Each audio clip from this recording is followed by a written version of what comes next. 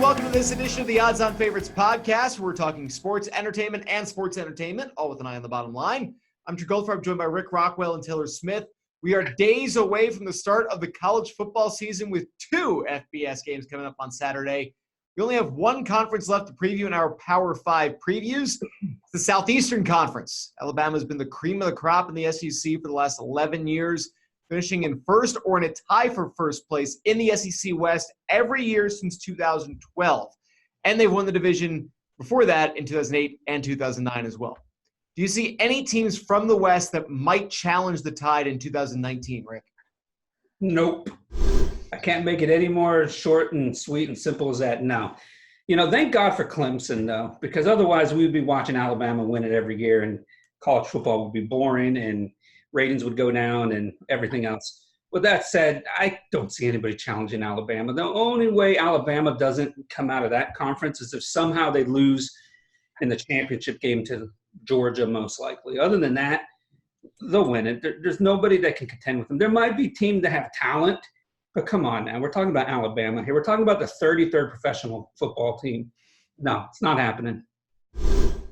Yeah, the only teams with a remote chance are probably LSU and A&M. A&M has a brutal schedule. They play the 1, 2, and 3 teams in the country this season, Clemson, Alabama, and then Georgia late in the year. They have LSU on the road, Georgia on the road the week before that. It's a brutal schedule. LSU hasn't beaten Alabama in 8 years. That'll come to an end at some point, but probably not this season. So out of the West, I don't see anyone even coming close to Alabama.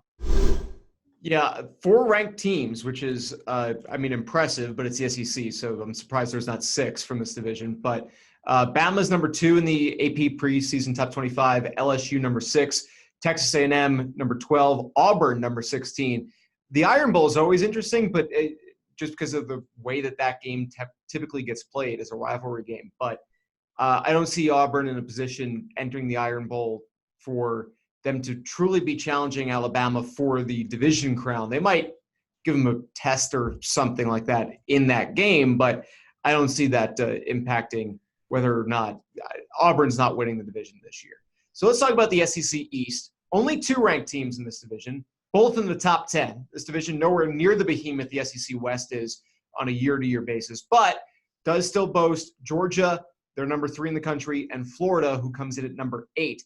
Is there a third team in this division that might even provide a test for the Bulldogs and Gators? Because usually when you're looking at an SEC East schedule, if you're Georgia, if you're Florida, you're guaranteed like 4 in-division wins every season when you're talking Vandy, when you're talking usually Kentucky. Mizzou is just outside the top 25 in the preseason AP top 25 rankings. South Carolina every now and then is good, usually under Steve Spurrier. That hasn't happened for a little bit, but is there a team other than Georgia and Florida that is even remotely in contention to represent the SEC East in the conference championship game, Taylor? It doesn't look like it. Georgia and Florida are number 3 and number 8, respectively. They obviously have the rivalry game in the middle of the season that will go a long way toward determining who will actually appear in the title game. Like you said, Missouri and South Carolina and Tennessee are teams that are kind of on the fringes. Some years they're above average, but most of the time they're not. This looks like one of the not years. So it looks pretty straightforward in the SEC. I think it's Georgia and Alabama, and then the rest, like 2 or 3 tiers below them. I'd be shocked if that's not the title game. I don't see a third team really competing with Georgia and Florida. The only way there'll be a third team close is if Florida takes a step back down to where they were 2 seasons ago. Other than that, Georgia's still going to be at the top. Florida's chasing after them, and they're the only team in the rest of that division that has a shot at being in striking range of Georgia. Even with that said, I don't think they're going to outplay Georgia to win that division. So no on the third team. And honestly, only Georgia really has any kind of shot against Alabama. Yeah, I think that everybody kind of figures that Alabama and Georgia are going to square off in the SEC championship game again. Florida does have a good defense. They do have a solid roster. They turned up in the second half of the year last year. I think they lost to Kentucky last year for the first time in something like 600 years, something insane. But Dan Mullen, second year as his head coach down there. He's a Urban Meyer protege. He coached at Mississippi State. The one thing, because I actually covered him at Mississippi State when he was the head coach there, at least I think it was early in his tenure. He ended up getting a lot out of those MSU teams, but couldn't quite ever get over the hump. They were ranked in the top 5, if not number 1 or 2 in the country at one point in the mid-2010s. I think that was a situation where Alabama, LSU, Georgia had all lost games recently, but the pollsters wanted an SEC team at the top. So they're like, who hasn't lost in a while? Okay, Mississippi State, you're up. Ole Miss, get in there. But you know, I don't know if they'll be able to get over that hump. They're a team that, you know, they're playing Miami week 1, which we'll get to in a second, which always makes it interesting. Finally, we get an interesting non-conference game for Florida that isn't just the FSU game. Florida State at the end of the year may not be the test that it certainly wasn't a test last year. So I don't know, but we'll see that though, you know, what is formerly known as the world's largest outdoor cocktail party between Georgia and Florida and Jacksonville will obviously be, I agree, that'll be what decides who wins the SEC East. I don't see another team really competing. And if they do, I think it's because the Georgia and Florida are both taking steps back and not because another team's stepping up. So we all expect Alabama to make it to the college football playoff this year, correct? Nobody's thinking they're missing. Okay, so will the SEC manage to get another team into the playoff again this year? It is something I despise seeing, especially when you have like Alabama facing Georgia in the conference championship game, and then they try to get Georgia in again when we've seen that matchup. But Taylor, do you see them managing to get a second team into the college football playoff? Yeah, I could see Georgia getting in if they go undefeated in the regular season and then maybe lose a close one to Bama in the title game or win outright. Then they pretty much have to get in if they win the SEC. So, yeah, we've seen Alabama lose the conference. We've seen Alabama not even make the conference title game and still make the playoff. So, you know, they have their ticket punched already. I think Georgia can definitely get in, especially if, you know, in the Big Ten we see Michigan with like 2 losses and they kind of limp their way toward the finish line. Same deal with Oklahoma, maybe Oregon or Washington in the Pac-12. We talked about the Pac-12 last week. It's like, you know, Oregon has to go undefeated, otherwise they're not getting anyone in. So, yeah, Georgia, I think, has the best chance. Whichever team comes out of the East, if they do give Alabama a serious run in the title game, definitely has a chance. I could definitely see it happening. Yeah, there's a possibility because we've seen it already. So you have to acknowledge the fact that there is a chance. I'm really hoping, though, that it doesn't happen. I really hope that they don't get 2 teams in. I would love to see – first of all, I think Notre Dame has another chance of going undefeated during the regular season. And if they do that, they'll obviously have another chance to make the playoffs. Clemson, Alabama. You know, Oklahoma could be, they could not get in. I think Ohio State or Michigan, either A, the winner between that of that feud in that game should be able to remain undefeated in the Big Ten till at least the conference championship game. Because the Big Ten, in my opinion, has more question marks this year than they did in the last couple of years. Penn State's not going to be as good. Michigan State is going to have one of the worst offenses, even though they'll have a great defense. You know, and then on the other side, you got Wisconsin and Iowa and Nebraska that in Northwestern that will all beat each other up. So I think all those teams will have at least 2 losses. Wisconsin maybe come away with just 1.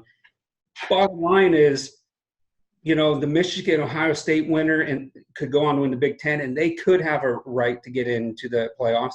Same with the Pac-12. I think even Oregon loses 1 game this season and they win the Pac-12 championship, if they can beat Auburn at the beginning of the year and win, you know, most of their tough games throughout the year, especially any ranked teams, they have a shot. They have a better team than most of the East Coast has given them credit for. You know, the East Coast bias is in full effect here. We're talking about the West side here, the West Coast, the Pac-12 is always left out. They're like the redheaded stepchild in college football. I think Oregon, if they can win out, even with 1 loss, has a shot at making it. And I would much rather see a 1-loss Big Ten champion or a 1-loss Big 12 or Pac-12 champion get in over a second SEC team. It's getting tiring seeing the same structure each and every year. I mean, I agree with the sentiment. I don't think that in practice that the people who do the selection committee will end up doing what is right and picking a conference champion over team that will lose to a team that's already in the college football playoff. That's always been my biggest issue is that when you have like Alabama getting in without even playing in their conference championship game, they already lost to LSU that year. They had their chance, as people like to, will say. It should be one of Ohio State and Michigan. It should be Clemson. It should be Alabama, assuming that they don't, collapse somehow. And I do agree with what Taylor said. It should be the only way that the SEC should be able to get 2 in is if the East beats undefeated Bama in the conference championship game. I can then see an argument for a 1-loss Bama team. I still would argue against it because they lost to the team that's going to get in their place, but whatever. Yeah. The SEC is the conference that can pull it off simply because it's the conference that the selection committee wants to see pull it off. So yeah, it's about the money. Just follow the money. That's where Alabama is. I think the one national championship game I did not watch in the last, 15, 20 years was Alabama versus LSU. I had zero interest in that game. Wasn't it like 21-0 or something? Oh, yeah. LSU didn't cross the 50. And that was after their, barn burner of a 9-6 disaster game in the regular season that LSU had won, where they were missing field goals. They were dropping passes. If that had been an ACC game, they would have buried the entire conference. Instead, they gave the conference a second conference championship game.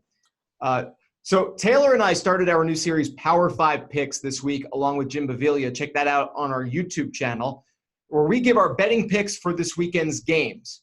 Rick, the Gators are favored by 7 points against the Miami Hurricanes, and it's a -290 versus +235 money line. UF, which side are you taking for this season opening game? And do you think that the Gators can cover the spread if you're on the Gator side? This was tough. I wrote, a pick for our site on this game, and after researching it and going through all the matchups and stuff, I'm not a big fan of that spread. I wish it was on the other side of 7, 6.5, 6. I would have been much more comfortable.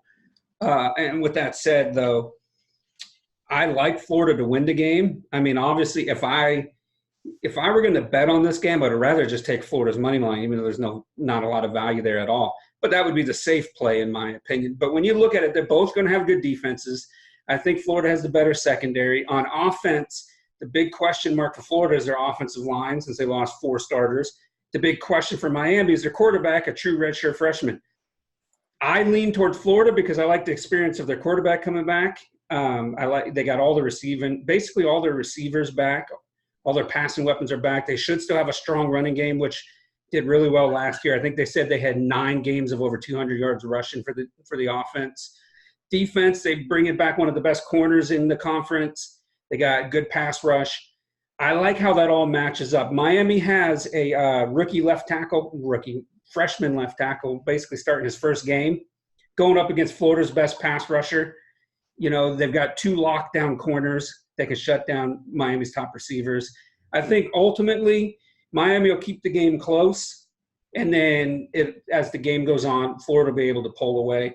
I'm taking Florida to cover the spread. I think they actually – if Miami doesn't pull off the upset outright, I think Florida wins by 10 points or more.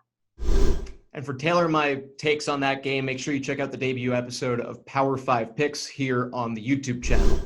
I hope you enjoyed that segment from the Odds On Favorites podcast. If you did, there's plenty more where that came from. Click on the link on your screen now to be taken to the complete podcast from this week, or check out the channel to find the other individual segments. Make sure to like, share, and subscribe to the Odds On Favorites YouTube channel for plenty more sports and sports betting picks, tips, and how-to guides.